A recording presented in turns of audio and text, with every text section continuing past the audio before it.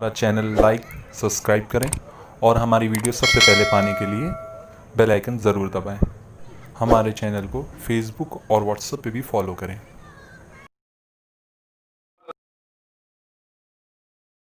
رضی اللہ عنہ سوتیلے والد تھے، ان کے گھر میں ہم لوگوں کو شراب پلا رہے تھے، بہت سے لوگ موجود تھے۔ تو حضرت طلحہ رضی اللہ تعالیٰ عنہ نے کہا کہ دیکھو باہر کوئی آواز لگا رہا ہے، کوئی صدا لگا رہا ہے۔ تو حضرت انس رضی اللہ عنہ فرماتے ہیں کہ جب میں آواز سنی کہ ایک صحابی آواز لگا رہے ہیں کہ رسول اللہ صلی اللہ علیہ وسلم نے آج سے شراب کی حرمت کا اعلان کر دیا کہ آج سے شراب حرام ہے۔ حضرت انس رضی اللہ تعالیٰ عنہ گھر کے اندر آئے اور بتلایا کہ رسول اللہ صلی اللہ علیہ وسلم کا منادی تھا، وہ یہ آواز لگا رہا تھا کہ رسول اللہ صلی اللہ علیہ وسلم نے شراب کی حرمت کا اعلان کر دیا۔ تو حضرت طلحہ رضی اللہ تعالیٰ عنہ نے کہا کہ میں گھر کے اندر جتنی شراب ہے وہ پھینک دو۔ چنانچہ ان کے گھر کے اندر جتنی شراب تھی مٹکے توڑ دیے گئے، شراب بہا دی گئی۔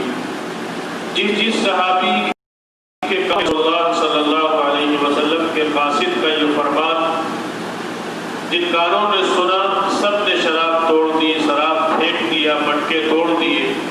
جن چیزوں کے اندر شراب رکھی جاتی تھی، حالانکہ وہ لوگ شراب کے بڑے شوقین تھے اور شراب کے بڑے دلدادہ تھے اور شراب کے بہت عاشق تھے، اور وہ ایک دوسرے پر اس پر فخر کیا کرتے تھے کہ ہمارے یہاں پرانی شراب ہے۔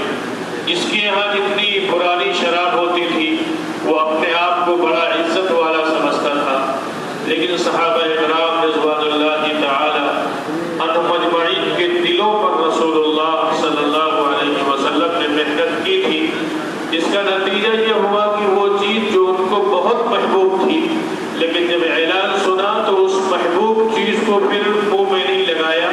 اب رسول اللہ صلی اللہ علیہ وسلم نے اس کی حرمت کا اعلان فرما دیا تو شراب کو توڑ دیا۔ جن کے منہ کے قریب جام تھا انہوں نے اس جام کو منہ میں نہیں لگایا کہ اب حکم آ گیا ہے۔ تو یہ اصل میں تھا حضور صلی اللہ علیہ وسلم کی اتباع اور حضور صلی اللہ علیہ وسلم کے فرمان پر عمل۔ اس آیت کے اندر تقوی کا لفظ 3 مرتبہ آیا ہے اور ایک لفظ آیا ہے کہ جناح فیما تعیبوا۔ صحابہ اکرام کو اس بات کی فکر ہوئی کہ شراب تو حرام ہو گئی، صحابہ نے شراب استعمال کرنا بند کر دیا، لیکن ان کے دل میں یہ بات آئی کہ جو ہمارے پہلے کے لوگ گزر چکے، فیما تعیبوا، جنہوں نے شراب کو پیا، ان کا کیا ہوگا؟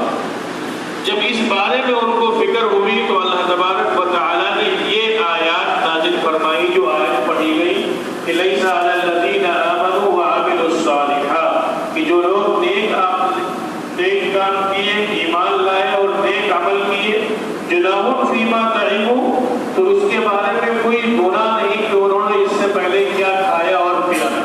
ثم اتقوا، اگر ان کی زندگی کے اندر خدا کا خوف تھا، یعنی شراب کی حرمت سے پہلے، شراب کے حرام ہونے سے پہلے جو لوگ انتقال کر گئے اور وہ جو شراب پیتے تھے، تو فرمایا کہ اس شراب کے متعلق آخرت میں ان سے کوئی سوال نہیں ہوگا۔ یہ تو ہو گیا مردوں کے بارے میں، ان کو جو فکر تھی صحابہ اکرام کو۔ دوسری بات یہ تھی کہ زندوں کو بارے میں فکر تھی کہ اب تک ہم نے اتنی شراب پی اور اب شراب کی حرمت نازل ہو گئی، تو اللہ نے اس آیت کے اندر صاف فرما دیا کہ وَعَمِلُوا الصَّالِحَاتِ ثُمَّ اتَّقَوْا وَآمَنُوا، دیکھو نیک اعمال کیے، تقوی ایمان لائے، اب جب شراب کی حرمت کا اعلان ہو گیا تو اب شراب نہ پیے، اور پچھلی حرمت سے پہلے یعنی حرام ہونے سے پہلے جو شراب پی تھی اس پر کوئی مواخذہ نہیں ہوگا۔ اسی طریقے سے جو لوگ دنیا سے چلے گئے تھے تو اگر وہ شراب پیتے تھے لیکن ایمان لائے تھے اور نیک اعمال کرتے تھے اور جن چیزوں کو اللہ تعالیٰ نے حرام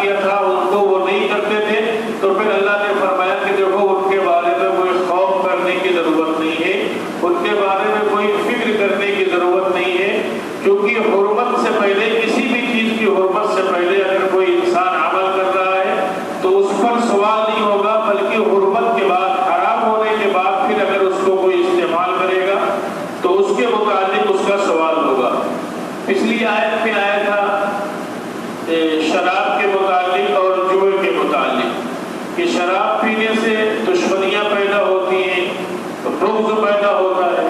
جیسے جوئے کے متعلق ہے کہ انسان جب جوا کھیلتا ہے تو اپنے شوق سے کھیلتا ہے اور ہارتا بھی شوق سے ہے، لیکن جب وہ ہارتا ہے تو وہ بدلہ لینے کی کوشش کرتا ہے کہ ہم جیت جائیں.